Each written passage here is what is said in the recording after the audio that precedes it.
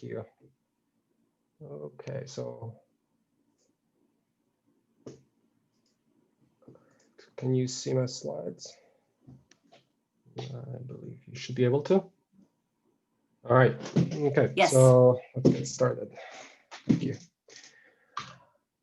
All right. The agenda for today is pretty straightforward. I'll give us a quick general few updates about Clowder, and then our topics for today are Rob is going to talk about the Helm deployment of Clowder. As most of you probably know, we've been heavily using containers and Docker Compose and Docker Swarm, but recently Rob and others have done some work around Kubernetes and Helm. And so now we're deploying also Kubernetes. So he'll tell us a lot more about that. And then Mark is going to tell us about some work he has been doing on the Clowder Transformations catalog. This is something that we started as part of the NSF Brown Dog project, and we're now trying to refine to use specifically with Clowder. So 8 months have gone by and a lot has changed since our last webinar. So a reminder for everyone, when we started, we were thinking of doing this every month, but it became too much. So what we do now is we do them as needed. What that means is that if you have topics that you want to present, please let us know. We're always open. If you're working in Clowder and doing interesting thing that you want to share with the community, please ask around. Primarily in Slack. That's our main tool for communication nowadays. Every webinar, the slides are on the wiki, and there's a quick link over there. The wiki is also linked from the main website, clowderframework.org, and all recordings of these webinars are on YouTube. And again, there's a link from clowderframework.org. So speaking of the main website, we have been working over the past 8 months in improving this and making it a lot more helpful and useful. So if you have any feedback about it, please let us know. This is the link that we encourage everybody to share to learn more about it and keep up to date. We actually have a blog section right now that we're trying to keep up to date with interesting information and including when the next webinar will be. We also have added some new pages, one about projects and partners. And if you are working with Clowder and you want what you're doing to appear there, again, please come to Slack and let us know. And also a community page with a lot more information about how to contribute. We're trying to broaden the contributions and not just think of developers of the actual code base, but also different types of users, developers of extractors, previewers, technology to deploy, and all of that. So please check it out. We are going to be starting Slack office hours. So we're trying to be pretty active on Slack, but it's hard to always be paying attention to it properly. So we've put this on the website, and what we're going to do is we have picked Thursday at 9 a.m. Central Standard Time. That's kind of like our office hours, where for an hour, a few of us are gonna make sure that somebody's there to answer questions. So the idea is, if you feel like you're asking on Slack some questions on off hours and you want to make sure somebody's there, please use this slot. And also help answer questions. We want to build up the community so that everybody's involved. So both in terms of asking questions as well as answering questions. Our migration to GitHub is going pretty well. Most of our core repositories and activities are there. So that's pretty exciting. So please take a look at that. Before we were on an NCSA Atlassian Bitbucket and Atlassian Stack. We still have some information there, including the wiki, but we're moving everything here. So this should be the main source of information when it comes down to the actual code and activity around it, like pull requests, issues, and so on. We just released a 1.12 of the core, and we might have a patch going out today with some fixes. This is not the only minor release that we've had over the past 8 months. We're only showing the latest one here. There's some really exciting stuff that was done, And there's also more stuff that you can learn from the previous releases down at the bottom. We have, I think, we have had 3 more minor, 109, 10, and 11. Since last time we met, all of them have some interesting new features. This one in particular has a bunch of new features regarding the listing of extractors and filtering and enabling of extractors within Clowder. So you can see some screenshots on the right. There's also improvements to the download speeds and CPU's usage when downloading, supporting and searching for parsing and querying using dates and numeric data, improved storage reports, and a new previewer for 3D models, PLY and XZ files. We also have had several PYCLOUDER releases. Again, this is on GitHub. I'm just showing some of the new features, not really the bug fixes here, since our 2.3 release, I believe, which is for the past year. And so some of these are just highlights. There's more, so please go check out the repository on GitHub. So we definitely have the simple extractor, which is the simplest way to create extractors nowadays in Python and R. The Python part of it has support for data sets. You can create, so it basically lets you do things that you can do with PYCLOUDER in a much more sophisticated way as part of the simple extractor, which is a lot simpler to develop. And so what we add is support for data sets, the triggering on data sets, adding tags to files and data sets, the ability of adding tags to files and data sets, and adding additional files as an output. If you're familiar with it, it'll make sense. If not, please go check out the notes and some documentations on PYCLOUDER. We have some optimizations so that extractors can use internal URLs. Python 3 is now the official supported version. It might work with 2, it might not. And then one other big change is the Docker images that we publish of extractors now install PYCLOUDER with pip instead of using a base image, which simplifies the ability of basically picking the version you want. Instead of being stuck with certain versions of dependencies. Okay, so that's pretty much it in terms of high-level overview. And so I'm going to stop sharing, and I believe Rob will go next.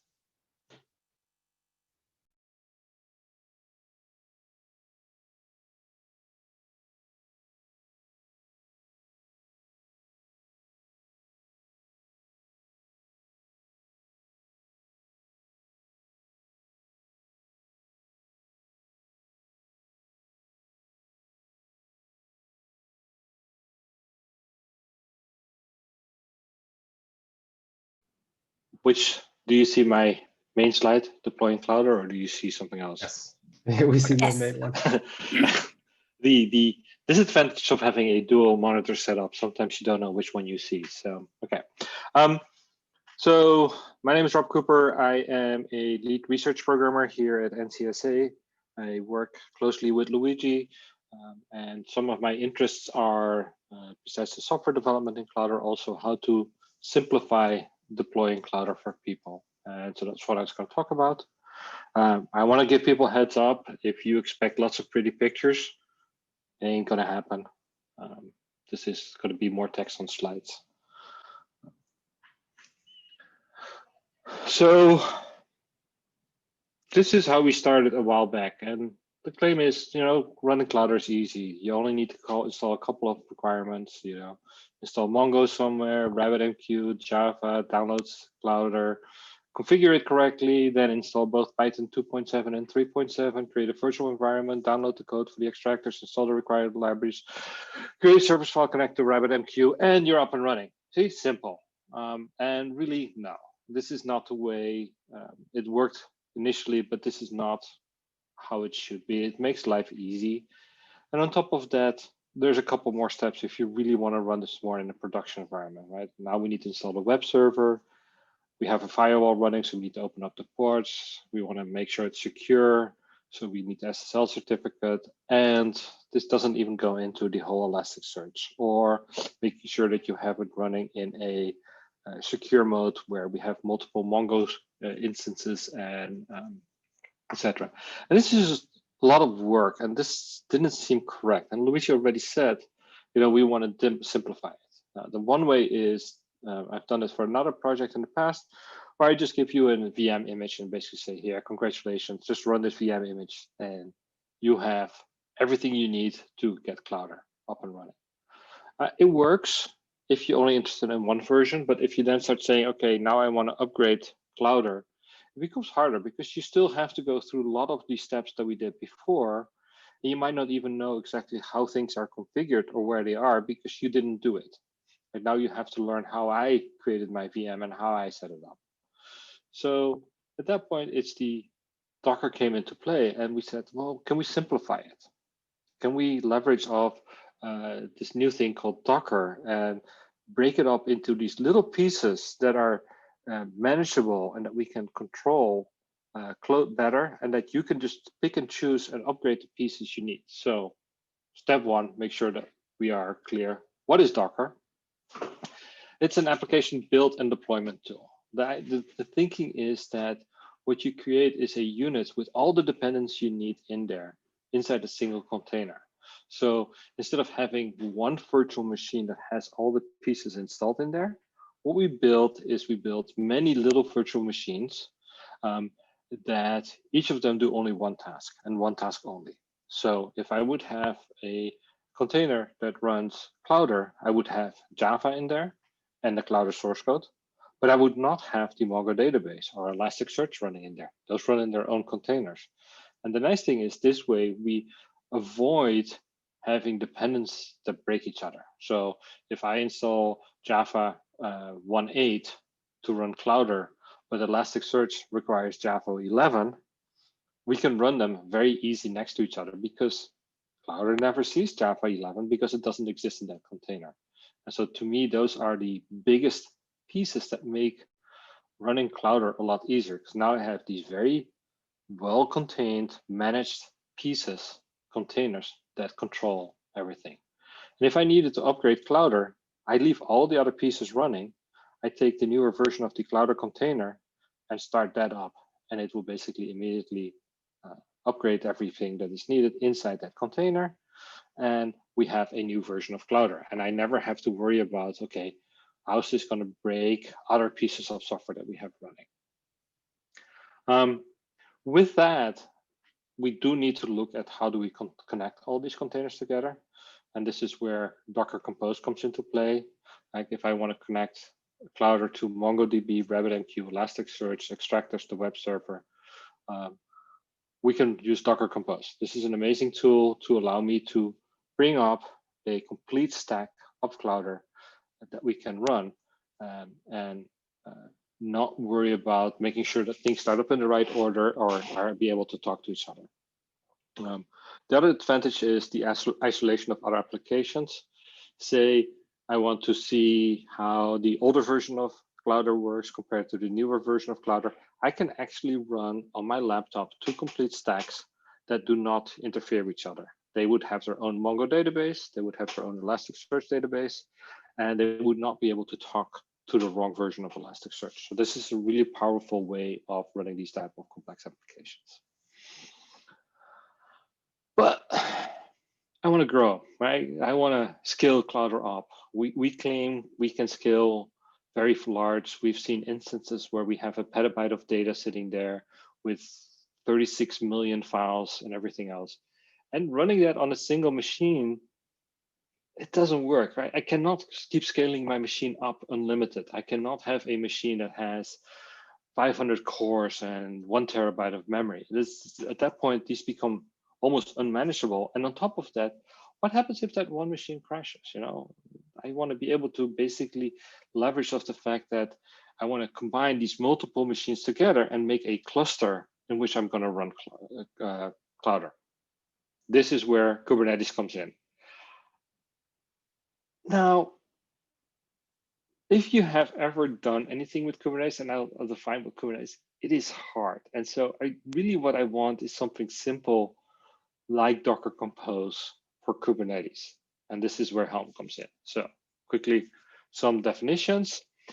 Kubernetes is a open source system for automating deployment, scaling, and management of containerized applications across multiple machines running Docker or a container environment. And so if a container crashes, Kubernetes takes care of making sure that the container gets restarted. If a whole machine crashes, it will move all the containers that were running on that initial machine and move them to another machine. So now the nice thing is when I bring up my Clowder environment in this Kubernetes system, I don't have to really worry about anymore making sure that my containers are running correctly. This is the whole architecture, the environment behind it, that Kubernetes will take care of these for me. I can scale things. I can have multiple instances of Clowder running so that we can do load balancing across those two machines. So now all of a sudden I can handle double the number of requests coming in. And then Helm is basically the package manager for Kubernetes. It's part of the official Kubernetes foundation now. And a lot of people start creating this. And so what we can leverage off is if I want to install Mongo, instead of me figuring out how to install Mongo, other people have done this for me. And so I just take their package for installing Mongo and say, hey, Clowder depends on this package. And so if you want to install Clowder, you need to also install Mongo. And so this is, if you think about it, they're standard Windows, or not Windows, but Linux package managers, where they say, hey, if you want to install this particular package, you also need to install these other dependencies to make sure it all works together correctly. And so with Helm, we can specify these dependencies and say, if you want to install Clowder, you also need to install RabbitMQ, which is managed by somebody else, not by us. So we don't have to worry about too much how to do that anymore. Somebody else does that. Mongo, Elasticsearch, and other things that we might need. And so the nice thing is, I don't have to worry about these dependencies anymore, how they installed, how they run. That's somebody else takes care of that. I would just have to worry about, as a developer for these Helm charts, about how to install Clowder. And so you, as the user of these Helm charts, basically say, here you go. This is how we now can install Clowder. As you can see, it basically becomes 2 lines that you have to run on your system. Helm repo add. This is only a one-time. This basically makes sure that Helm knows about how to install Clowder. And then the next line is literally all that is needed to get Clowder up and running. If I run that in Kubernetes, I now have a complete instance of Clowder running. I'll show you some of the pieces that make that up. And upgrading Clowder is just as easy. I basically make sure that I have the latest version of the Helm chart, and all I need to run at that point is Helm upgrade. And it will basically go and take all the pieces that have changed and upgrade them. And so all of a sudden it will basically bring up a new version of the Clowder container. It will wait until that Clowder container is finished starting up. And when it's finished starting up, it will actually do the switch behind the scenes for you. So you could almost realize a 0 downtime upgrade of Clowder using this mechanism. And to me, that is very powerful as well. I was saying that I'm going to show you one picture. Here's the picture. Here you can see this is all the pieces that make up this particular Clowder instance. What you see is that we have the Clowder container running. There's 2 instances of this Clowder container running. So we can do load balancing across those 2 machines, or those 2 instances. We have an Elasticsearch. We have a couple of extractors running. We have the Mongo database running. We have the monitor running, and there's a couple other containers that are not visible here. The right side, you can see how long they have been running for. So you can see that most of them have been running for 6 weeks. The Mongo database has been running for 3 weeks, and the Clowder has been running for 3 weeks in this particular case. And the middle columns are basically showing you how many instances requested. And so the nice thing to me is that if I say, oh, we are running on a system that is very image heavy, a lot of people are uploading images, all I need to do is tell Kubernetes, say, hey, instead of having 1 instance of this extractor running, I want you to run 2 instances of the image extractor.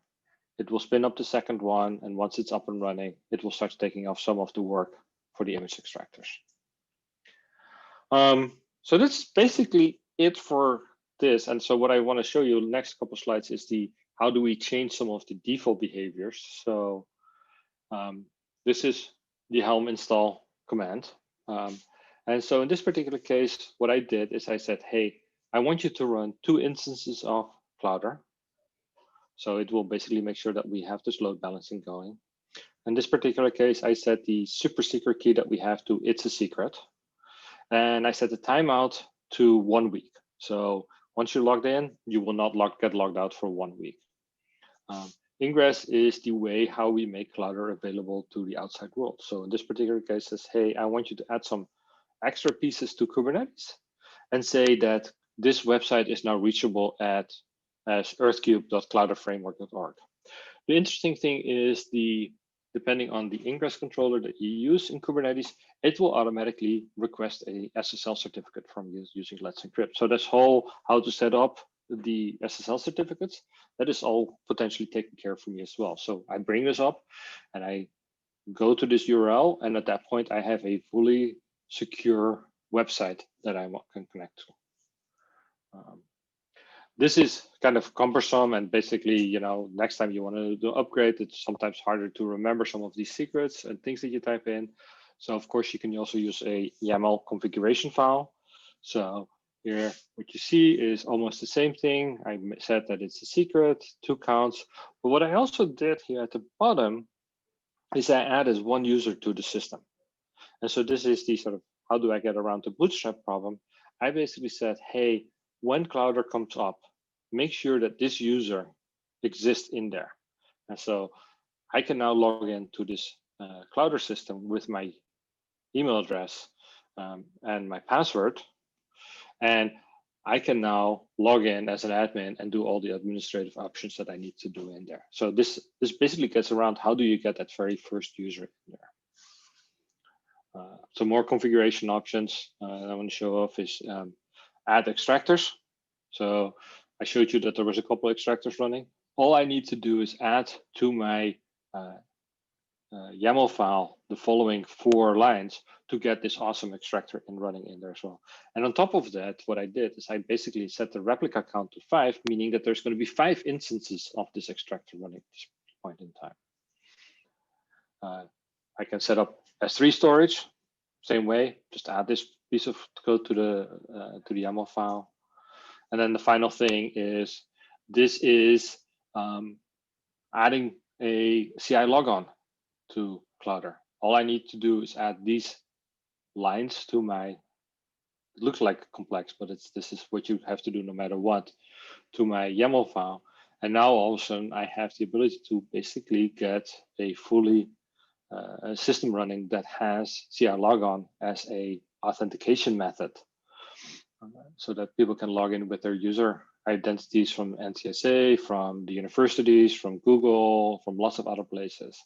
And we don't have to, people can trust their existing identity providers, and we leverage on that.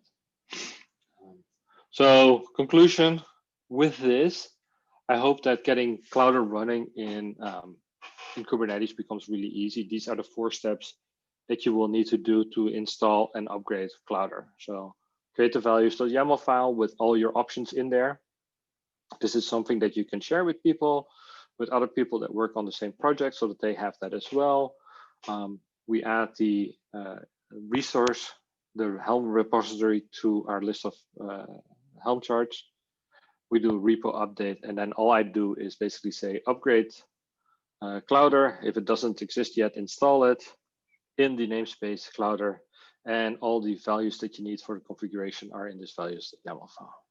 And so with that one command, I can get a very complex instance of Clowder up and running with multiple high availability, RabbitMQ, high availability, Mongo, high availability, Elasticsearch. All those things can be configured fairly easy using these values.yaml file.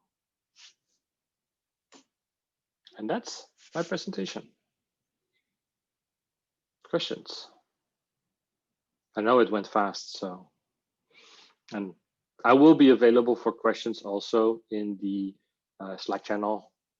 This is a good, questions can be asked about this in the containers Slack channel, and these slides will be available as well. So you can just use that to get a lot of these commands you need.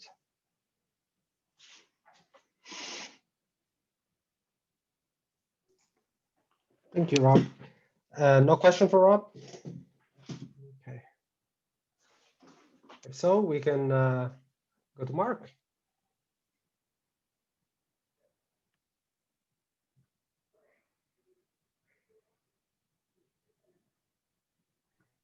Okay. Let's present.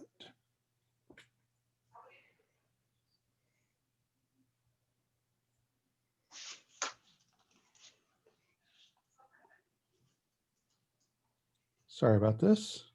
There's a shortcut right there to the left, bottom right, next to the slider, left of the slider. The other one, left. Yep. There we go.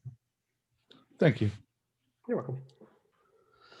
So this should be a lot simpler than Rob's because the Clowder catalog really is just a standalone way to advertise what extractors, archivers, any transformation that you want to be able to do. And we have it set up so that people can register with the Clowder catalog, submit extractors that they want to be able to advertise. And the submission is fairly easy. If you have an extractor info.json, you just copy that into place, tell it it's an extractor, submit it, and then it will wait on us to approve it. It'll sit there and it'll be submitted for us to look at. We can take a look at it, and then once we approve it, it'll be published for everyone to see. We want to make it easy for people to make their extractors and get them out there so other people can make use of them. This is just a picture of what the homepage is going to look like. We've got a number of extractors, some of which might be repeats with different versions. But when you click on the details, you will go ahead and get details about that specific extractor. We have a filter bar up here where you can say, I want to see converters or extractors. We're going to be editing that in order to handle multiple different types of extractors. And this is a breakdown of how your extractor info breaks down to your details page. So here we see what the details page will look like. We've got your extractor name, we've got your extractor version, your description. And then we kind of move around a little bit, author, contributors. This last modified is the only part that's shown on here that doesn't come from the extractor's info. And that's because there's nothing in the extractor's info that says when you were last updated. Instead, this relies on when it was submitted to the extractor's catalog.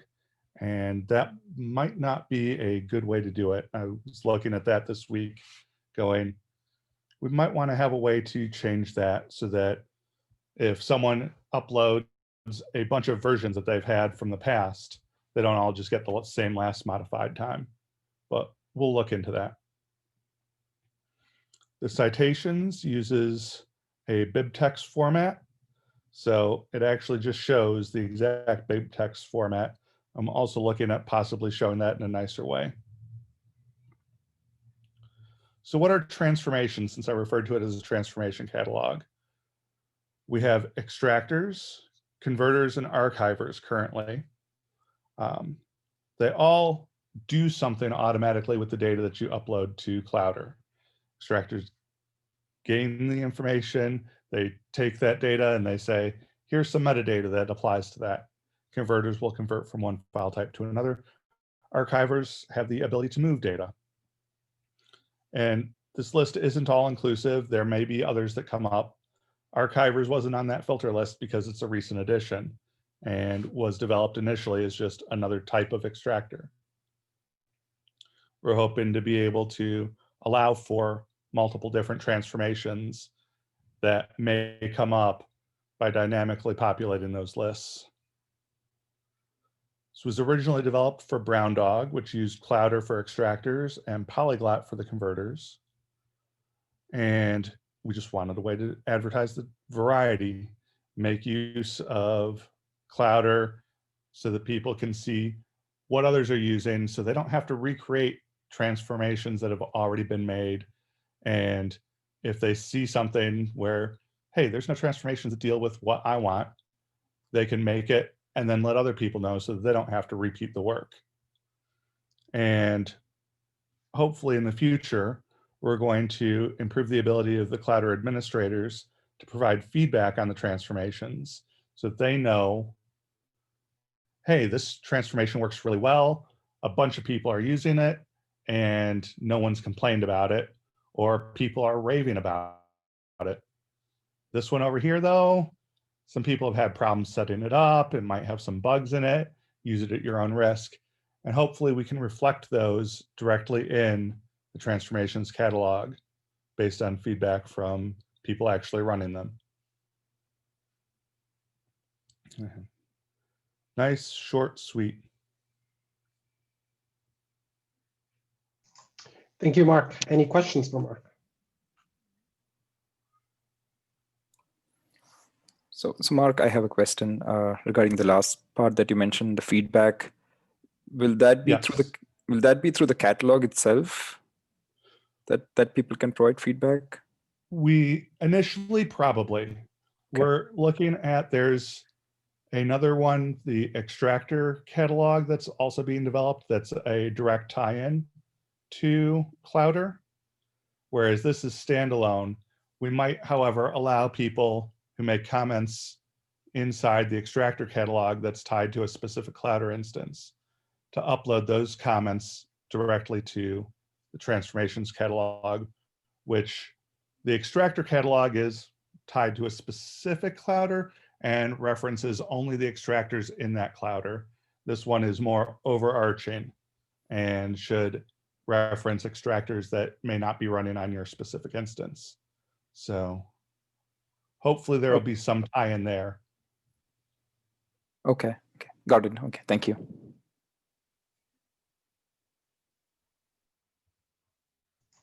Thank you for the question. Any other questions for either Mark or Rob?